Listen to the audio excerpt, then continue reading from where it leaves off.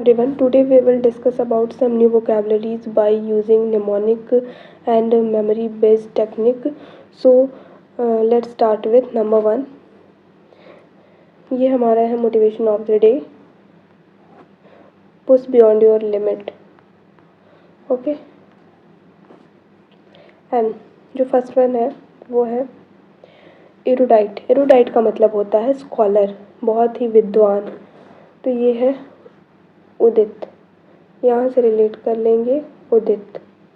उदित नाम का एक ये लड़का है जो कि बहुत ही ज़्यादा स्कॉलर है, विद्वान है. ओके, ये है उदित दाढ़ी मूंछ वाला. जो नेक्स्ट है वो है पिविश. पिविश का मतलब होता है जो बहुत ही जल्दी गुस्सा हो जाए, शॉर्ट टेम्पर्ड हो, इरिटेबल हो. ओके, तो इसको कैसे रिलेट करेंगे? जब उसने पी ली विश, जब उसने विश पी ली तो सब उसके ऊपर गुस्सा हो गए.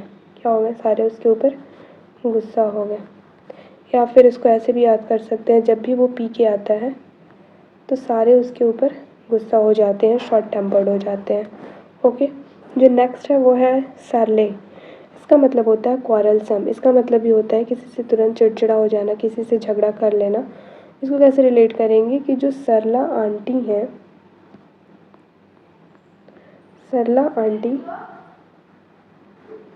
बहुत ही ज़्यादा झगड़ालू हैं. सरला आंटी बहुत ही झगड़ालू हैं. तो इसको हम रिलेट कर लेंगे सरले को सरला आंटी से.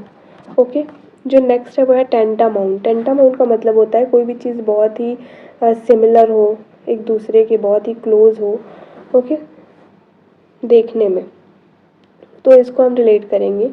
एक आदमी आता है और वो बोलता है कि माउंट पे सारे टेंट हमने लगवा दिए हैं, माउंट पे सारे टेंट लगवा दिए हैं, और जितने भी टेंट हैं उसको कैसे पहचानेंगे कि वो हमारे ही टेंट है? तो जितने भी हमारे टेंट हैं वो सब सिमिलर हैं. माउंट पे जितने भी टेंट हमारे हैं सारे एक दूसरे के बहुत ही सिमिलर हैं. ओके, जो नेक्स्ट है वो है कॉन्सोलेशन. कॉन्सोलेशन का मतलब होता है बहुत ही शांति, बहुत ही पीसफुल, सोलेस. तो इसको रिलेट करेंगे हम. एक टीचर आती हैं और वो क्लास में आते ही बोलती हैं, कौन सा लेसन पढ़ना है? कोई एक खड़े हो जाओ और शांति से, पीसफुली तरीके से मुझे बता दो कि कौन सा लेसन आज पढ़ाना है. ओके, फिर क्या होता है कि इंटरवल का टाइम आता है और बच्चे बहुत ही जल्दबाजी में भागते हैं और एक बच्चे का शूलेस खुल जाता है. तो उन्होंने बोला कि शूलेस बांधो बट शांति से बांधो, जल्दबाजी में गिर जाओगे. शूलेस को शांति से बांधो. ओके, नेक्स्ट जो है वो प्रोपीटियस है. इसका मतलब होता है बेनिफिशियल. किसी भी चीज़ से हमें बहुत फ़ायदा हो. तो इसको कैसे याद रखेंगे कि प्रोफेसर के साथ अगर हम पीटी करेंगे सुबह तो वो हमारे लिए बहुत ही बेनिफिशियल होगा, उससे हमें बहुत ही फ़ायदा मिलेगा. तो पीटी अगर हम करेंगे प्रोफेसर के साथ तो वो ऑलरेडी बहुत ही निपुण होंगे अपने काम में, तो उनके साथ अगर हम करेंगे तो हमें बहुत ही फ़ायदा मिलेगा और हमारा भी हेल्थ बहुत ही इम्प्रूव होगा. ओके, नेक्स्ट जो है वह है मुनीफिसेंट. इसका मतलब होता है कोई भी बहुत ही ज़्यादा उदार है, जनरस है, लिबरल है. इसको याद करेंगे हम लोग. मुन्नी नाम की एक लड़की है जो कि बहुत ही जनरस है, या फिर जो पुराने ज़माने के ऋषि मुनि हुआ करते थे वो बहुत ही लिबरल होते थे, बहुत ही जनरस होते थे, उदार होते थे. थर्ड इसमें क्या लगा सकते हैं? फिश और एंट. फिश और एंट दोनों ही, एंट बेसिकली अपने हार्ड वर्किंग के लिए जानी जाती है और एंट भी बहुत जनरस होती है, बहुत लोगों को फीड करती है, बहुत लोगों का खाना बनती है. तो एंट भी बहुत जनरस है और फिश भी बहुत ही जनरस है. तो फिश और एंट दोनों ही बहुत जनरस है और लिबरल है. ओके, इसको कैसे याद रखेंगे? Slip shot. स्लिप शॉट का मतलब होता है केयरलेस या फिर रेमिस. तो जो भी बहुत ही केयरलेस हो, किसी भी चीज़ का ध्यान ना देता हो, उसको बोलते हैं स्लिप शॉट। इसको कैसे याद रखेंगे कि एक कोई लड़की है, उसके दिमाग से कोई भी बातें बोलो तो बहुत जल्दी स्लिप कर जाती हैं। तो कोई भी बात उसके दिमाग से स्लिप कर जाती है बहुत ही जल्दी एज़ कम्पेयर टू अदर, तो वो बहुत ही केयरलेस है। उसका नाम क्या है? रिया। तो रिया जो है वो हर एक चीज़ मिस कर देती है, रिया सब मिस कर देती है, तो वो बहुत ही स्लिप शॉट है, रिया सब मिस कर देती है। ओके, जो नेक्स्ट है वो है सॉडी। इसका मतलब होता है केयरलेस, जो किसी भी चीज़ का ध्यान ना दे, बहुत ही केयरलेस तरीके से रहे। तो इसको कैसे याद रखेंगे?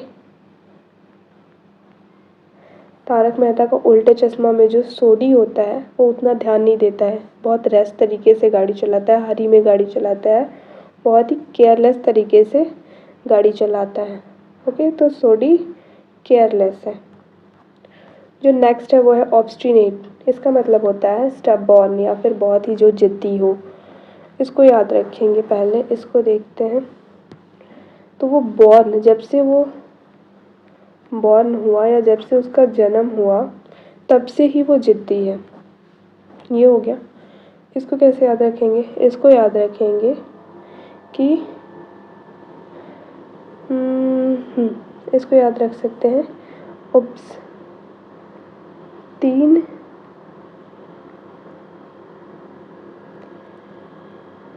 नेट लगवाओ।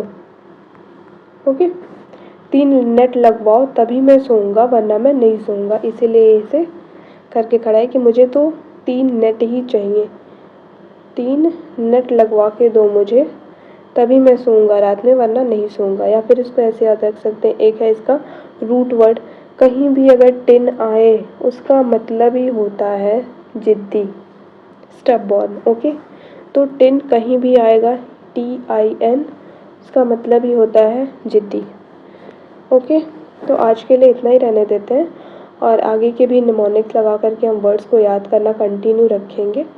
और आप भी, अगर आपको ये चीज़ें अच्छी लगती हैं या फिर आपको कोई नए वर्ड्स मिलते हैं जो आपको याद करने में प्रॉब्लम हो रही है और अगर उससे रिलेटेड आप निमोनिक बनाना चाहते हैं, अगर आप इसमें आप नहीं क्रिएट कर पाते हैं तो आप कमेंट सेक्शन में उस पर्टिकुलर वर्ड को लिख के भेज सकते हैं नेक्स्ट लेक्चर में, या जब भी कभी मैं उसको देखूंगी तो उसका निमोनिक लेकर के नेक्स्ट क्लास में बता दिया करूँगी। Okay, thank you.